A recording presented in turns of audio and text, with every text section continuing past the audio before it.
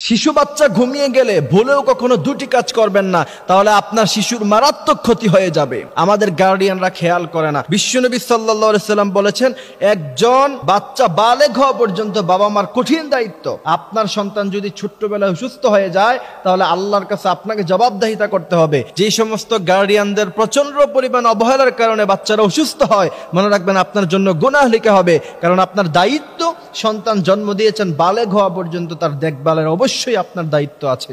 আর বিশ্বনবী সাল্লাল্লাহু আলাইহি সাল্লাম বলেছেন, বাচ্চাদের প্রতি তোমরা খুব সুনজর রাখো, বাচ্চাদেরকে ভালোবাসো, তাদের সাথে সুন্দর করে কথা বলো, হাসি দিয়ে কথা বলতে বলেছেন মুহাম্মদ সাল্লাল্লাহু আলাইহি সাল্লাম। এবং রাসূলের ব্যাপারে হাদিস এসেছে যে বিশ্বনবীর কাছে যখন ছোট ছোট বাচ্চারা আসতো, বিশ্বনবী তাদেরকে মাথায় হাত বুলিয়ে দিতেন, বিশ্বনবী তাদেরকে মিষ্টি বিতরণ করতেন, বিশ্বনবী তাদের সাথে মাঝে মাঝে দুষ্টামিও করতেন, বিশ্বনবী সাল্লাল্লাহু আলাইহি ওয়াসাল্লাম তাদের সাথে সুন্দর ব্যবহার করতেন। আর আমাদের বাচ্চারা মসজিদে আসলে ধমক দিয়ে মসজিদ থেকে আমরা তাড়িয়ে দেই। এই জন্য বিশেষজ্ঞরা বলছে, বাচ্চা যখন ঘুমায়, ওই ঘুমের সময় যদি আপনি দুইটি মারাত্মক ভুল করেন, কোরআন হাদিসও বলছে, তাহলে আপনার বাচ্চা অসুস্থ হয়ে যেতে পারে, তার ব্রেনে সমস্যা হতে পারে। সেটা হচ্ছে, অনেক গার্ডিয়ানরা মনে করে অসময় ঘুমিয়ে যায় বাচ্চারা, তখন মনে করে যে রাতের বেলা সে ঘুমাবে না, এই কারণে তাকে ঘুম থেকে জাগ্রত করে দেয়। না, তার যখন নরমালি ঘুম আসবে তখন আপনি তাকে ঘুমাতে দেন। যদি তার প্রচন্ড ঘুমের সময় তাকে এই ভেবে উঠিয়ে দেন যে রাতের বেলা সে ঘুমাবে না, তাহলে তার ব্রেনে আঘাত খায়, তার ব্রেন ঠিকমতো সঞ্চালন হয় না, তার ব্রেন ঠিকমতো কাজ করে না। এই জন্য আস্তে আস্তে সে অসুস্থ হয়ে যেতে পারে, তার ব্রেন দুর্বল হয়ে যেতে পারে। এই জন্য সে যখনই ঘুমাতে চায় তাকে ঘুমাতে দিন। ঘুম থেকে রাগারাগি করে তাকে ওঠানোর কোনো প্রয়োজন নাই। এই ভুলটা আমরা কখনো করব না।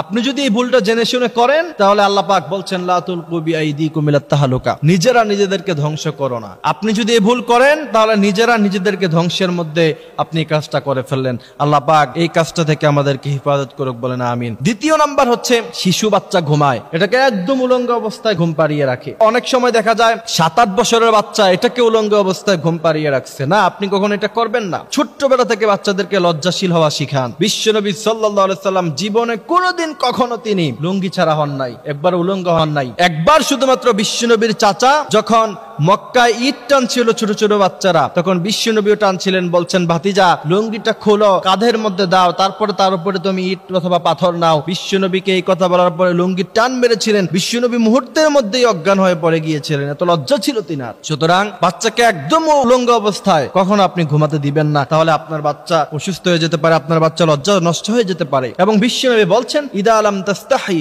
ফাসনা মা শিতা, যার লজ্জা নাই সে পৃথিবীর সব কাজ করতে পারে, যা ইচ্ছা তা করতে পারে। আর যার লজ্জা আছে সে পৃথিবীর সব কাজ করতে পারে না। অমুসলিম ওই ব্যক্তির যদি লজ্জা থাকে, দেখবেন সে খুব সুন্দর ভাবে, সাবলীল ভাবে, যে সমস্ত অমুসলিম মেয়েরা, অনেক অমুসলিম মেয়েরা আছে বোরকা পরা পছন্দ করে, হিজাব পরা পছন্দ করে, মুসলিমদের সংস্কৃতি পছন্দ করে, কারণ তার ভিতরে লজ্জা আছে। আর অনেক মুসলিম মেয়েদেরকে আমি দেখেছি লজ্জা নাই, হায়া নাই, শরম নাই, রাস্তা ঘাটে ছেলেদের মতো করে আচরণ করে, আছে না নাই? এই শিষ্টাচার, এই আদব লেহাজ তাকে ছোটবেলা থেকে শিখাতে হবে। আল্লাহ পাক আমাদেরকে সে কথাগুলি বোঝার, মানার তৌফিক দান করুক, আমিন।